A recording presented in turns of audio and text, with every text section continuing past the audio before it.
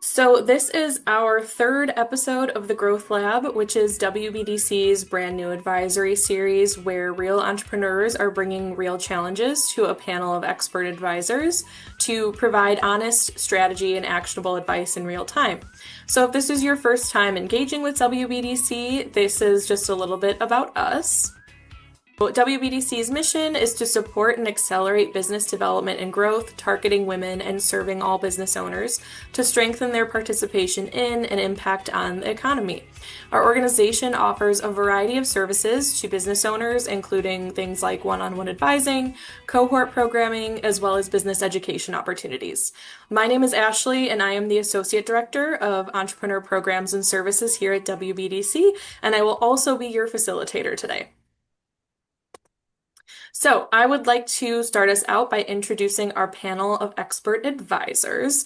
So, I'm going to ask each of you to introduce yourself, tell us a little bit about yourself, and I will go ahead and start with Aisha. Good afternoon, everyone. Thanks for joining us. My name is Aisha Ahrens. I'm the Managing Director for our Entrepreneurial Programs and Services here at the WBDC. Hi, everybody. Emma Westfall. I'm Director of Access to Capital. I've been here going on 3.5 years. I think actually just hit 3.5 years. Before that, I was in corporate retail at two different I guess national kind of iconic American brands is the way I describe it. And I try to make business finance and capital management as approachable as humanly possible. So try to make this as palatable for folks as possible. Thanks for having me. Thanks, Emma. And Karen. Sure, I'm Karen Goldner, excuse me, Managing Director of Established Business Services here at the center. I work with our certified WBEs and also all business owners, both in the startup phase, but especially in the growth phase. I've been with the center since 2015, so 11 years. I've been in this role for about 9. And one of the things that I get to do is work with our team on our top shelf retail products program, which is a great opportunity to help small businesses that are CPG, consumer packaged goods types of companies, learn about scaling into mass retail. It's a pleasure to be here. Thanks, Karen. Okay, well, thank you all for introducing yourself. So now I'd like to pass it over to Jennifer, who is our featured founder this week. Jennifer, can you tell us a little bit about you and your business and the sort of challenge that your business is facing currently? Hi, my name is Jennifer Nowicki. I'm the owner and founder of Cultivate Taste Tea. I've international award-winning loose leaf teas that I source direct, single origin and pure from East Asian countries. I sell online nationally and internationally. I do have wholesale accounts with some distributors, and I have been recently doing corporate gifting. I've been in the industry over 30 years, professionally trained, and some of my challenges is just I feel like there's a little bit of a bottleneck in my growth. Even though I am growing, I feel that it should be growing a little bit more extensively.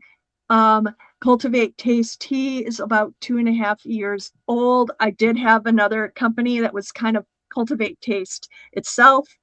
And so it was kind of closely aligned, but I had to rebrand it a little. And that's why I chose to do Cultivate Taste Tea with the focus. Okay, awesome. Well, thank you for that background information. So would love to jump into, sort of the first questions that you've prepared for our advisors. So I think amongst our conversations, we really identified the challenge as being growing revenue with a limited budget, which I think is pretty standard across, startup businesses, established businesses. We are working with tight budgets here. So yeah, let's go ahead and introduce the first question.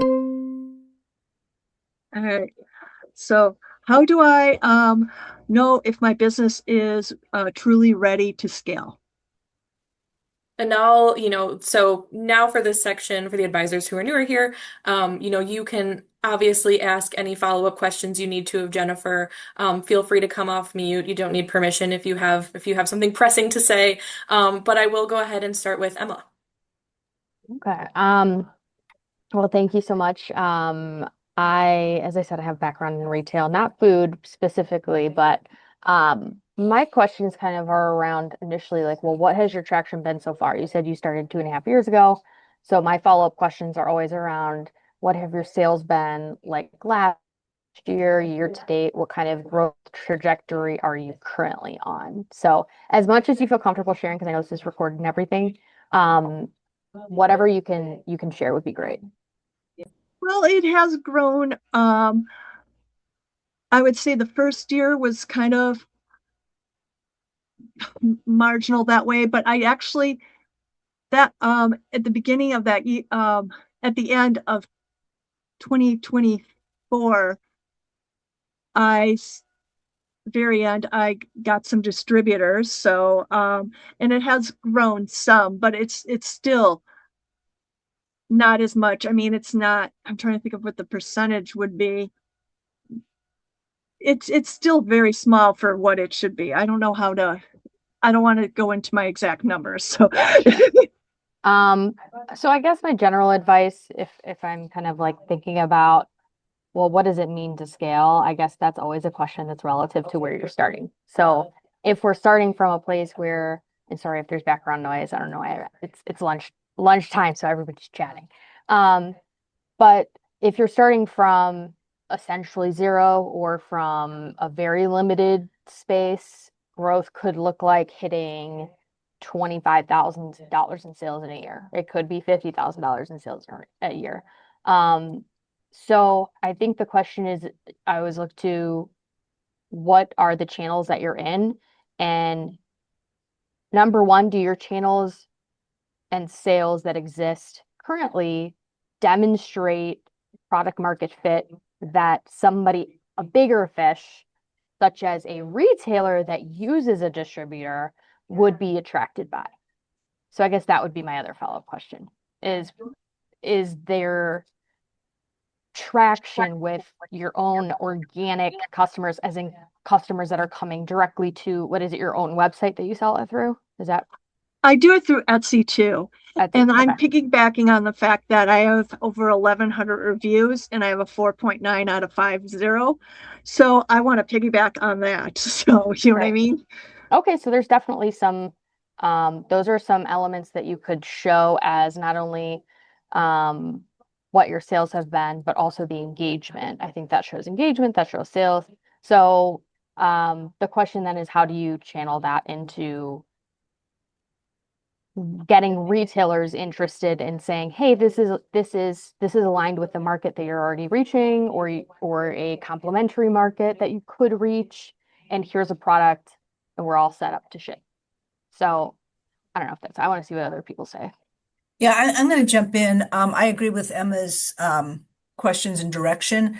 I look at it a little bit also in a little bit different way, which is kind of how solid. Well, I'll first start by saying one way to think about this question also might be to think, now, I don't have any kids, but how I've heard people talk about having a baby, which is you're never truly ready, right? You know, whatever, you just do it. So I think that that's a little bit true. I mean, if you wait to scale until you are super comfortable with the whole concept, you probably will never do it, which would be okay, but you're never going to do it.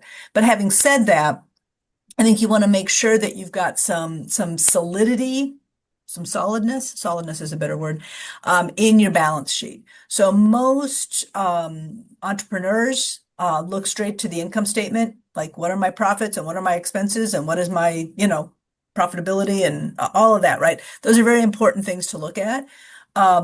You also, I think, want to think about, okay, what do I own and what do I owe? How much cash do I have? How long does it take me to collect my sales? I mean, if you're doing everything online, you're pretty much, having very quick turns, right? I mean, it's just whenever the credit card processor dumps the money in your account.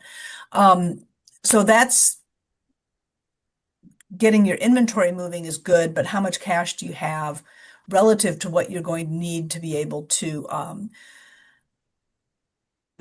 kind of manage into the future. And the product market fit, I think, is super important that Emma talked about also, because you really want to be able to focus those conversations with large retailers, on this is the kind of person that buys my product. They are, whatever, women between 20 and 45, and they live in this part of the country, and, whatever. I mean, because if you start talking with a major retailer, you want to be able, if there's interest, to guide that conversation, right? So, and typically you're going to want to pilot in some small subset of stores, right? I mean, if you're going to be talking to Kroger, you don't want all gazillion thousand stores that they have in the country, right? You're going to focus in a particular area. And so the data that you bring is really important for that. So I think that making sure that you've got some, and the other thing I will say is you want to make sure that you have production stability. In other words, that that you can manage that inventory. And then lastly, I would say that you've got the sort of debt instrument, basically a line of credit or some other type of financing, so that you can bring that stuff in. I mean, you are bringing in a lot of your inventory from overseas, and I think generally speaking, a large retailer is going to want to know you've got your product housed in the United States, because that minimizes supply chain disruption. So that's all I'll say right now. I agree with both Karen and Emma's takes on these. The other thing too is how you really kind of know if your business is ready to scale. When you're doing your planning, don't think of times. Don't think, okay, in 2 years, I'm going to do this. In 3 years, when you think of your growth plan, really, it's good. It's more, a little bit more effective, and it helps with your planning if you think of it more in financial benchmarks. Once I reach, because your cash flow statement is really what's going to show you what's happening with your money. You can have a lot of revenue, but if you have a lot of expenses that are canceling that out, it doesn't help with your growth goal. So I think that's part of identifying, am I ready to scale, by looking at those financial benchmarks. When I have this much in revenue, then I know that this, with the expenses taken out, that this is how much I have in profit. That kind of sets the stage. But that also helps you identify, like, okay, I'm not reaching this. Maybe it's time to look at alternative sources of capital. Well, thank you. No, I appreciate that.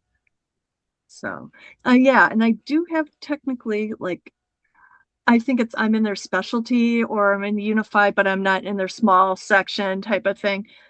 And it's just now that I have that, I guess how it's trying to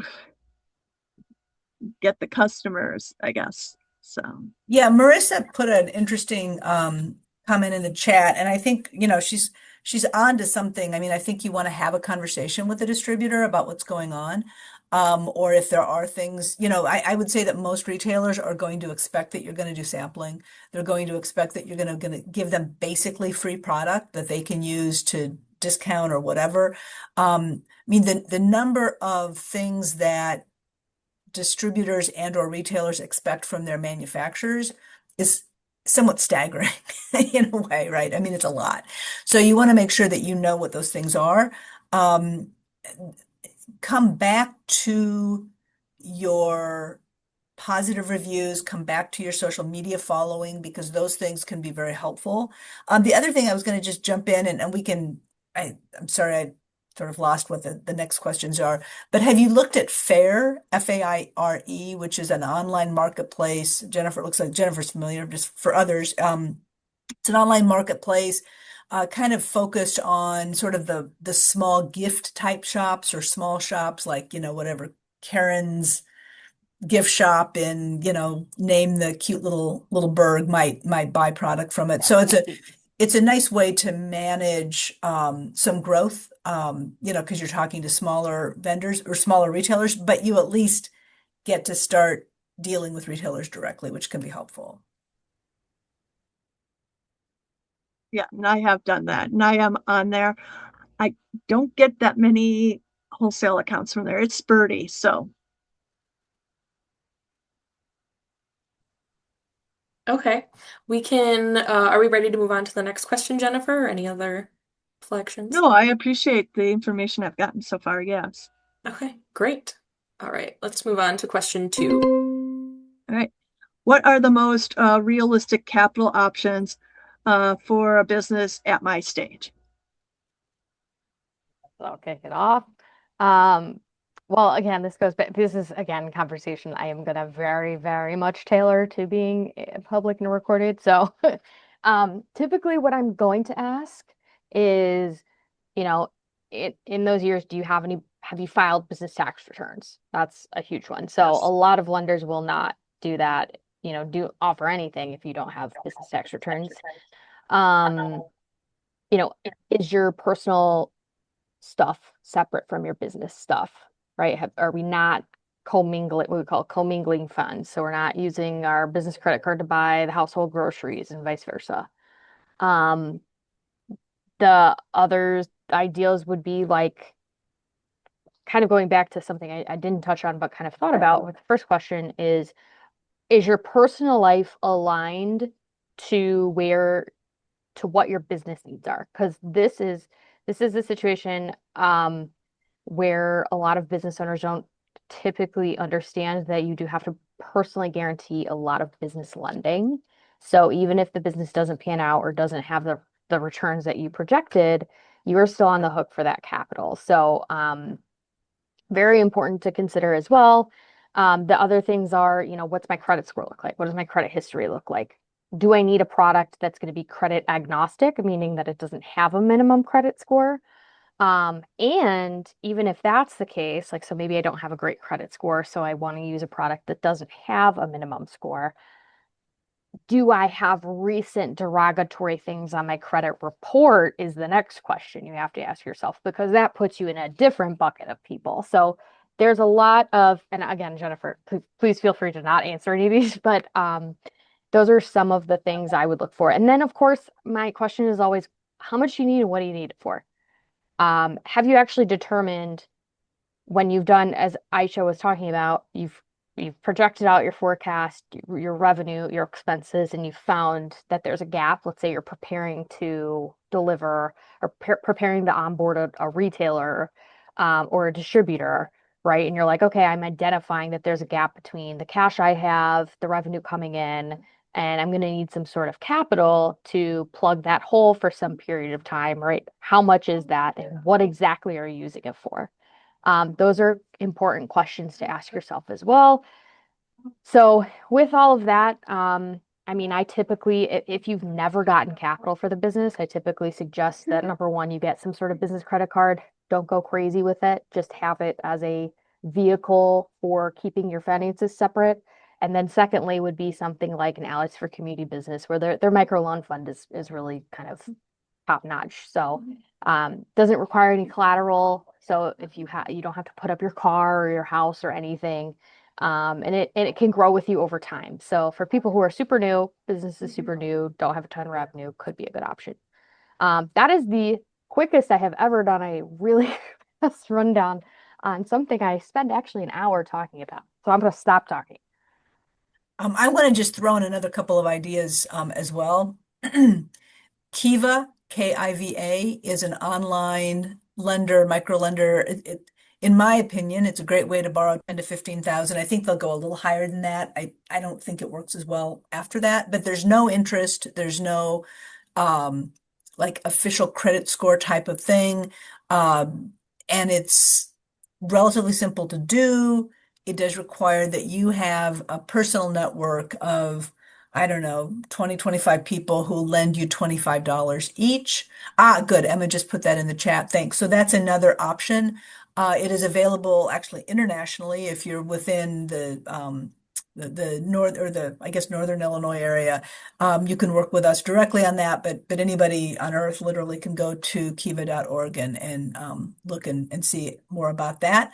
And then also thinking, and this kind of gets to Emma's point about how much do you need and what do you need it for, you know, one of the things that you are likely to need is in order to fuel growth, not necessarily fuel where you're at now, but growth would be a line of credit, right? Because you're going to be buying inventory, you're going to be selling it to retailer X, and you're going to be to get paid, right? So there's this period of time where you have the money going out and the money needs to come back in. And so a line of credit is kind of a good method for that. But that presupposes that you're sort of in a financially stable place where you're at today. So you don't go out and get a line of credit to substitute for the fact that you are not selling enough. That's to help you fuel growth. Thank you. That Because is such great advice. Oh, go ahead. I was just going to say, because I was thinking about a line of credit or something like that, because I also do tea festivals across the United States, and there's a lot of, you know, in the beginning, you have to pay for that. You have to pay for your transportation, all that. But you're going to obviously get something and you got to make sure you have enough products. So that's why I was thinking more line of credit or something like a credit card.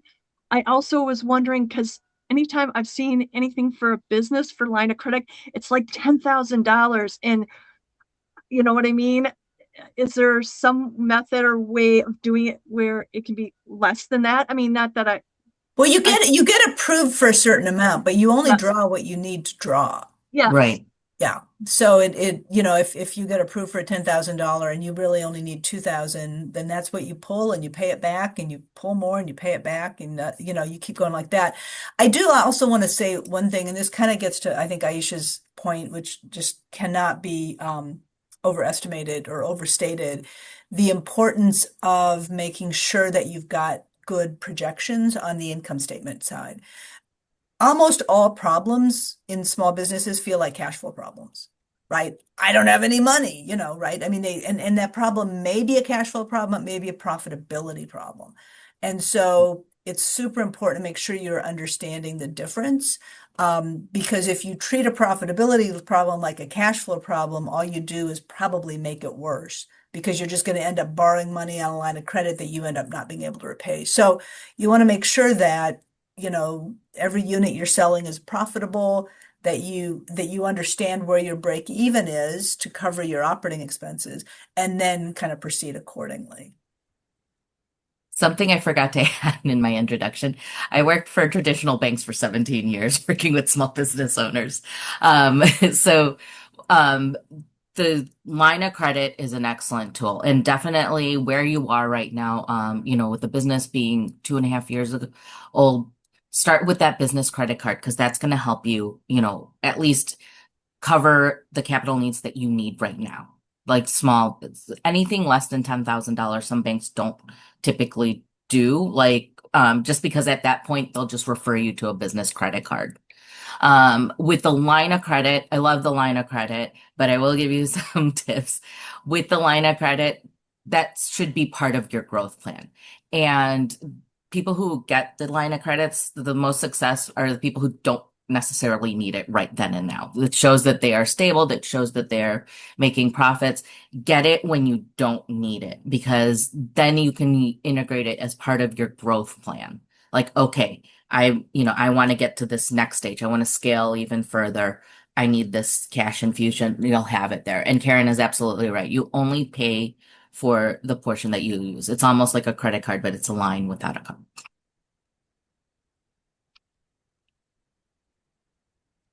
I appreciate that. Yeah, because I'm just always a little bit hesitant about credit cards. That's the reason why I probably should get that.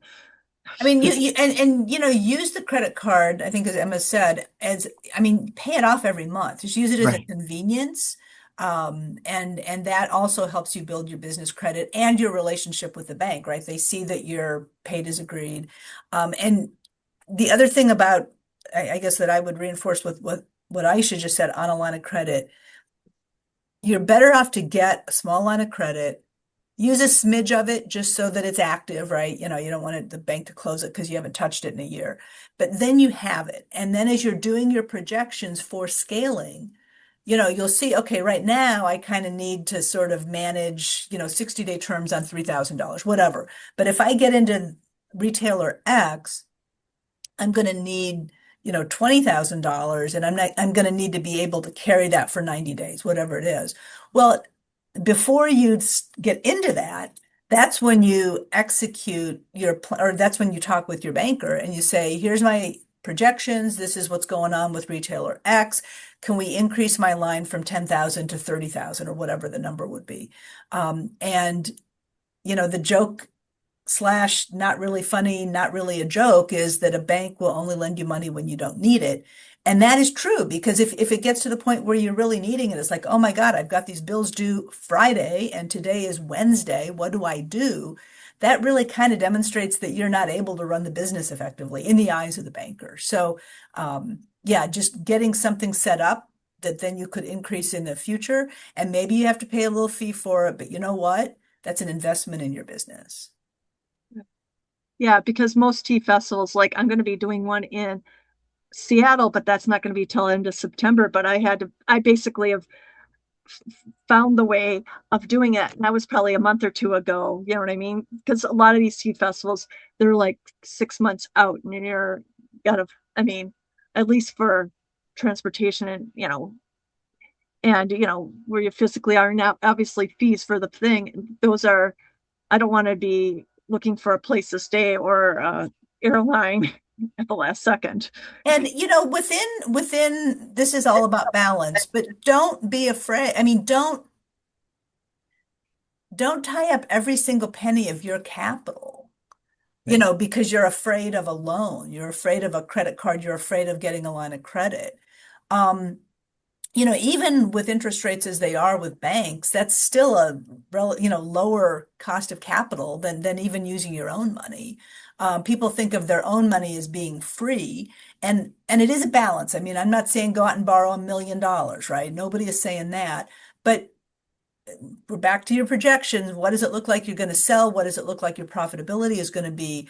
And using somebody else's money, a bank's money, to kind of fuel that growth means that you can have your money for two things. One, I guess, is for you, but also in the context of a growing business, there will be times when you're going to need capital and it's not necessarily as predictable. You're not going to have that, ability to go back to the banker and increase it. And if you've already spent all your money because you've had to pay your Airbnb now for something in September, that really limits your ability to grow. So, one of the things I think many business owners need to think about is what is their relationship to money and what is their relationship to debt. And you can be debt averse in your personal life, right? I don't buy a car if I can't pay cash for the car. I have as low a mortgage as I can afford. I live in a smaller place than I maybe could afford, whatever, right? I mean, those are my personal values around debt. And that's fine. And again, I'm not saying go, borrow, go on some sort of manic spree and take out as much capital as somebody will give you, but look at your business debt as an investment. Because if you are spending money in your business in a way that isn't giving you more revenue, Right. then you shouldn't be doing it. I mean, if it's just like, well, this is kind of a waste, I'm going to just, as opposed to like in your personal life, okay, so, you're buying a car, I mean, you shouldn't use your credit cards to go out for dinner and never pay them back. And, 9 months from now, you're still paying back that dinner you had last winter. I mean, that's in your personal life, it's a different thing. So it's a mindset shift for some people. And again, it's balance. It is balance. One thing I want to mention on that note is, and Karen, I feel like we're starting to sound like each other because maybe it's because we sit next to each other, but I'm like, everything you're saying is like what I say, definitely. So, uh, yeah, great minds think alike.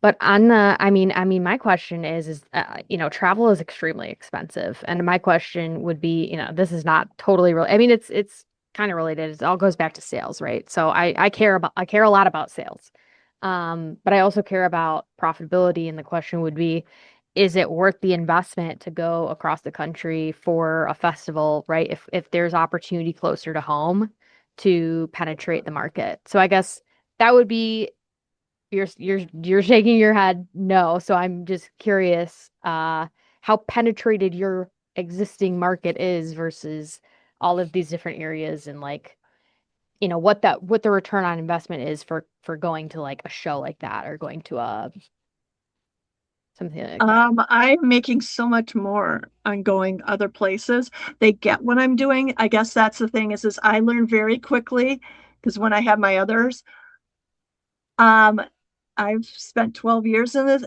my area. If I had to do that, I would have, when COVID happened, I would have been closed when I had that. So that vast majority of my business, I would say over 90% is national and international. That's the way my business is. My area does not get it. They do not want to get it because I have tried. So I think that's why I do that because yeah, I'm making the tea festivals. Well, there are some that aren't as great and you sometimes have to unfortunately find out the hard way. But there's some they go very, very well and you also get customers year long. And so there's also that's why I do that also is because not necessarily just the sales of that day, it's also introducing your brand and getting sales throughout the year kind of concept.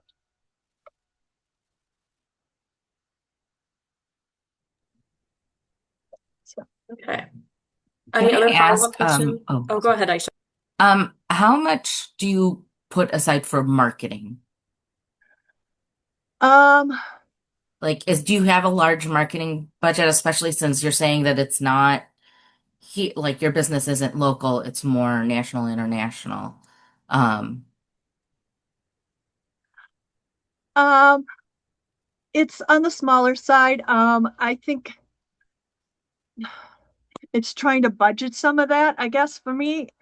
Um, as I said, I'm also a little bit piggybacking on my Etsy and the fact that I have those same customers from before, okay. and also the 1,100 reviews and a 4.9 out of 5 kind of concept.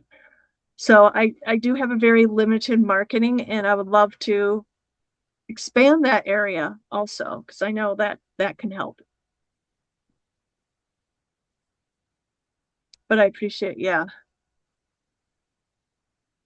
Yeah, because definitely if you had the 4.9 rating, that's something to share, but you would have to. I mean, it seems like I think, going to these festivals is great, but also you need to kind of leverage, put more money into marketing to reaching those clients who maybe don't go to the tea festivals. Maybe, Yeah, I mean, using the knowledge you have of the kinds of people and the kinds of zip codes where you're successful, I mean, that can help you with digital, for instance, and which would be kind of the logical. I mean, I don't think you're going to send out a mailer, in the mail, but it'll help you folks target your digital advertising as well, which might be. I mean, I think that again, it's a balance, right? But could be a less expensive way of reaching some of those folks, but using the insight you've gained at these festivals. Oh, I appreciate it. Appreciate all the insight. All right, let's move on to question 3. All right. What should be in place before I expand? I mean, I think we've talked about a lot of these things, right? I mean, the line of credit and so forth, the making sure that you're kind of, I'll just use the word inventory management system, which is really getting the inventory, storing the inventory, being able to distribute the inventory. I have a client who does natural bug spray, and she was at probably low to mid six-figure revenue on an annualized basis. It's a highly seasonal product, and understood who she thought her target market was, and it was basically moms and that kind of people. Um, some prepper, if people are familiar with that, I mean, kind of like the people who prepare for the end of days type of influencer, found her on Amazon, and that's where she's been selling most was online, and gave her this huge boost. And I mean, between that and then a subsequent one where they found this guy and paid him to do a second one, her sales went over $1 million. And so they had been using, they were using a co-packer.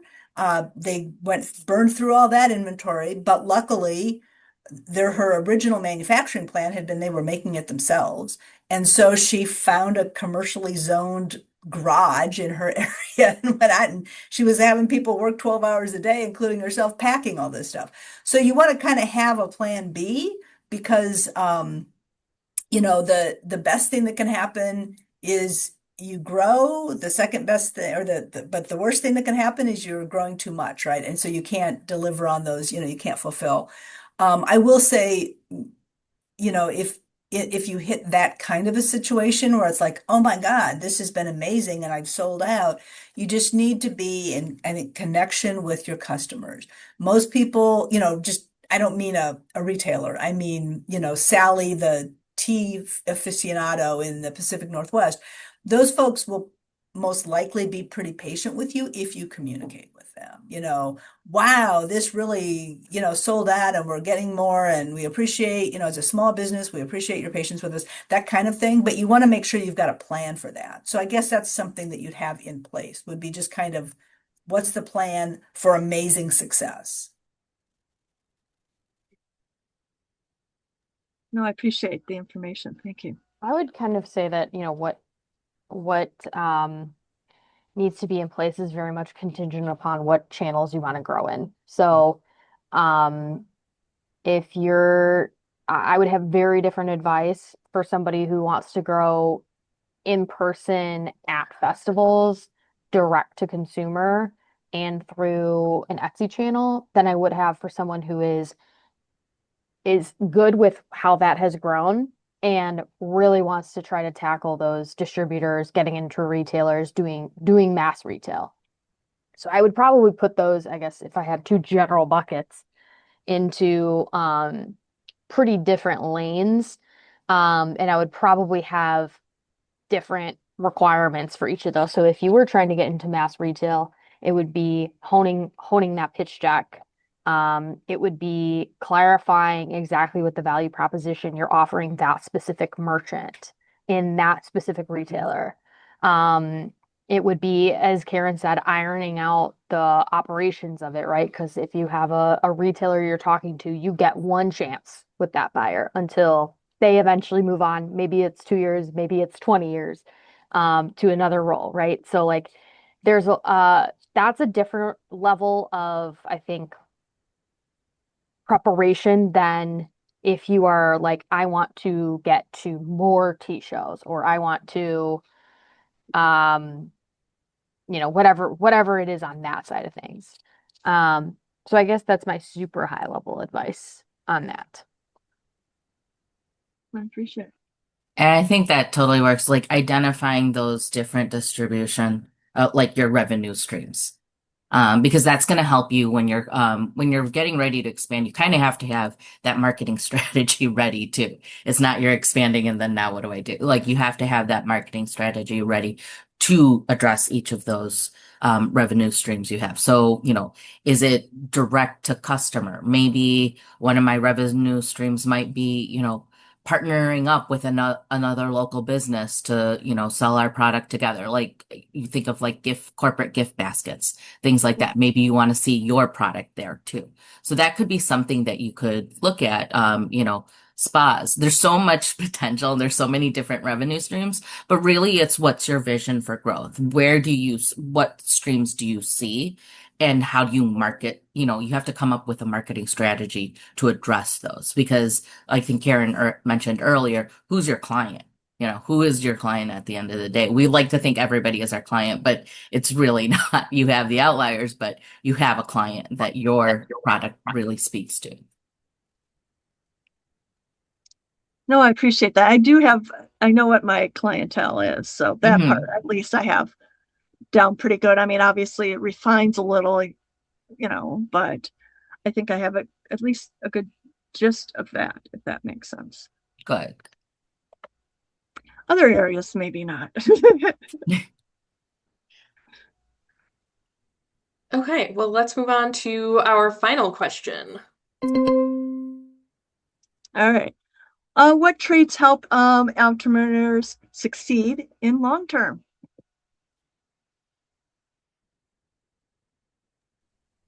I think some of that was mentioned. Yeah, well, I think that it's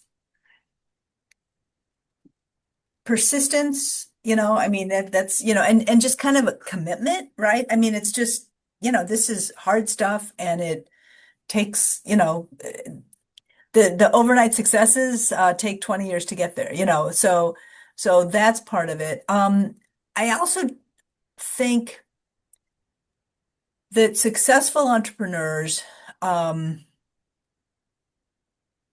have found the balance between being opportunistic and being focused, which is super easier said than done, right? So if you're just focused on shiny, shiny, shiny, I'm going to sell tea today and tomorrow I'm going to whatever, I don't know, be a marketing company, whatever, right? That doesn't work. On the other hand, for companies, it's like, well, I sell buggy whips.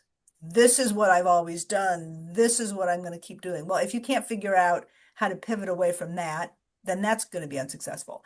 There's, so you again, we're back to balance, but I think that being able to stay focused on your vision, what it is that you do best at, where is your product providing the most value in the world? And I think that you found that, Jennifer. I mean, it sounds like those places are not in the Midwest. Um, and so, that's an important insight and vision, and staying true to that makes sense. And also being able to kind of keep a scan out there. What else is happening in the world that would impact your business? Either maybe there's an adjacent product or service, maybe there's a little bit of a shift away. I mean, but you've got to be able to do both at the same time. And I think that's why entrepreneurship is hard, because you've got to be able to balance. I would say, kind of going back to I love that Karen mentioned the mindset of understanding your relationship with money. That's usually where I start. And um, I try to make it a very safe and approachable environment where we can kind of talk about understanding you as an entrepreneur, your own barriers, roadblocks. Maybe there are blind spots that you have. I think always working on you as a person is helpful to all entrepreneurs. Um, I would recommend, I just have a couple books on my desk even that I was looking at that I've read, Originals by Adam Grant, and well, there go my headphones. Zero to One is another great entrepreneurship book. These darn screensavers. Um, Things that challenge your assumptions. I think a lot of times entrepreneurs can kind of get so in their own product, so in their own service that they can kind of forget that there's like a world going on around them. And so it's always just helpful to stay grounded, continue to ask people about their thoughts and their perspectives, listening to your customers, um, but also tapping into what your personal goals are, what the business goals are. I definitely find that people can, right? You start a business because you're passionate about tea, right? And if people lose that connection, I find that they end up hating whatever it is they started doing in the first place because they loved, right? So like never losing that, which I think is a way easier to do than it sounds. Like I have a best friend who's a baker and she's like, I can't eat cake. Like I cannot eat cake. The idea of eating cake makes me want to barf. And I was like, but you're a baker. And it's just because the exposure to it over and over and over again just removes some of the glamour. So I would just say, those are some tips. Stay interested, stay intrigued, and try to stay in love with the craft. Definitely keep that passion for your business, but also don't be afraid of numbers. Don't be afraid. Do your projections, do a best case scenario, do what if this happens, use tariffs are a thing. They're a real thing, So, how do these things affect my business? So it kind of helps you have that, when you notice something happening in the economy, already, okay, this might affect my business. So get comfortable with numbers. I know it's not the most glamorous part of running a business. But yeah, just get in, even if you're not the person doing the bookkeeping, have the regular meetings with your bookkeeper to discuss where you are. You don't, last thing what you want to have to do is rely on somebody in order for you to make a decision and have to wait to talk to somebody. Like you want to be able to make those decisions because it is your business. And the more comfortable you are with the numbers, the more you stay in love with your business too. And a bank or any kind of, lender, or if you ever go to get an investor, whatever, they're all going to expect that you know those numbers. Yes. Ashley, there's also somebody who's put a question in the chat. I just want to make sure you said that.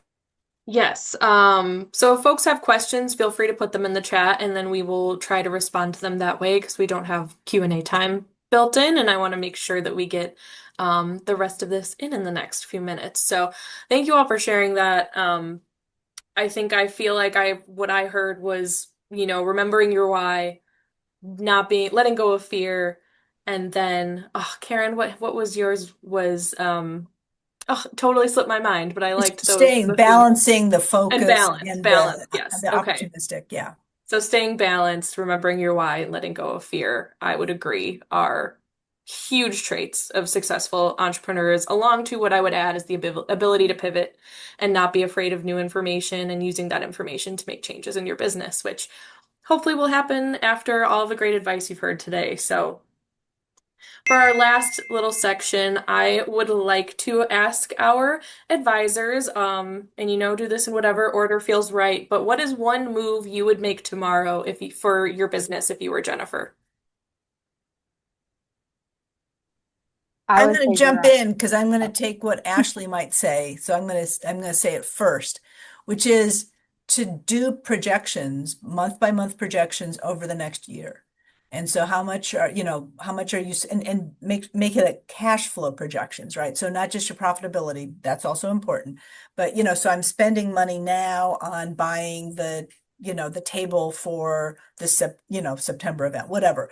And then when am I going to be getting the revenue in and how much is that likely to be? And so looking at that, but then also making sure that you're looking at kind of overall profitability as well. So and kind of, I think to Emma's point on this trips, if it's going to cost you $3,000 or I don't know, 1,000, whatever it costs you to get to Seattle, to stay in Seattle, to all of those fees and expenses, then what's your break even for that? How much tea do you have to sell to make money? So understanding that as well.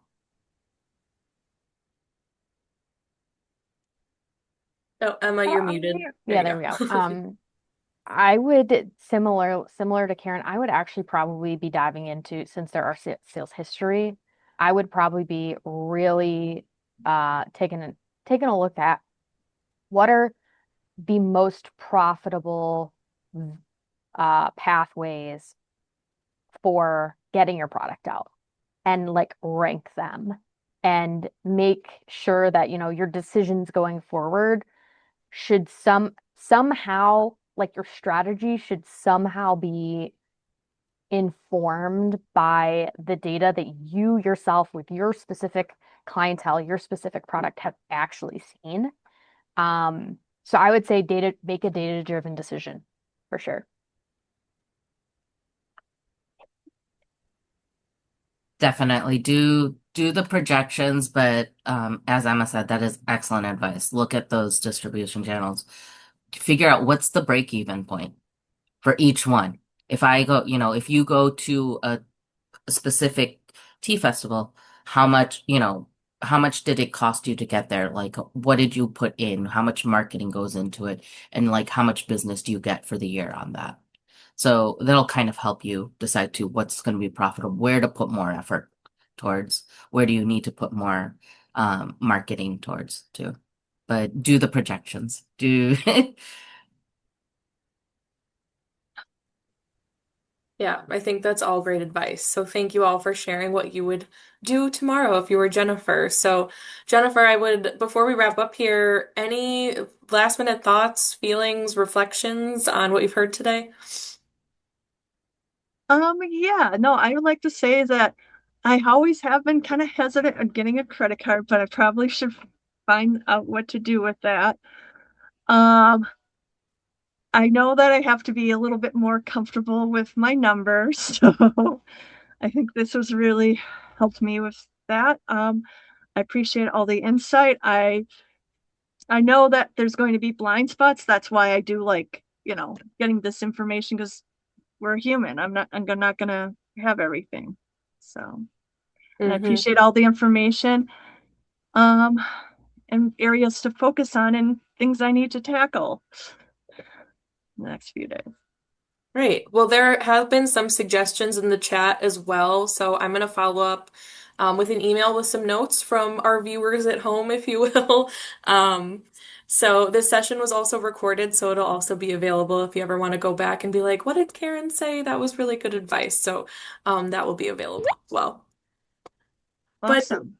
yeah, thank you, Jennifer, for joining us today and being super candid and transparent about your business challenges. I know that you are not alone. I think this resonates with a lot of other business owners. So thank you for being here and sharing and, getting to hear this advice from our advisors. Thank you, Karen, Aisha, and Emma, for being here and giving great advice and doing this on a daily basis. I think it's really great to get to come together and from a selfish perspective, I'm like, ooh, what are other people saying in their advising appointments? So it's really great to hear what you're saying and that you get to come together and do this and share with our entrepreneurs and our clients. So if this challenge has resonated with your business and you're interested in participating in a future episode of the Growth Lab, please feel free to reach out to me. Again, my name is Ashley Kingery. I am the Associate Director of Entrepreneur Programs and Services at WBDC. I will follow up with an email so you have our contact information. And if you're ever interested in booking a one-on-one advising session, that information will be there as well. So thank you all again, and I hope you enjoy the rest of your afternoon.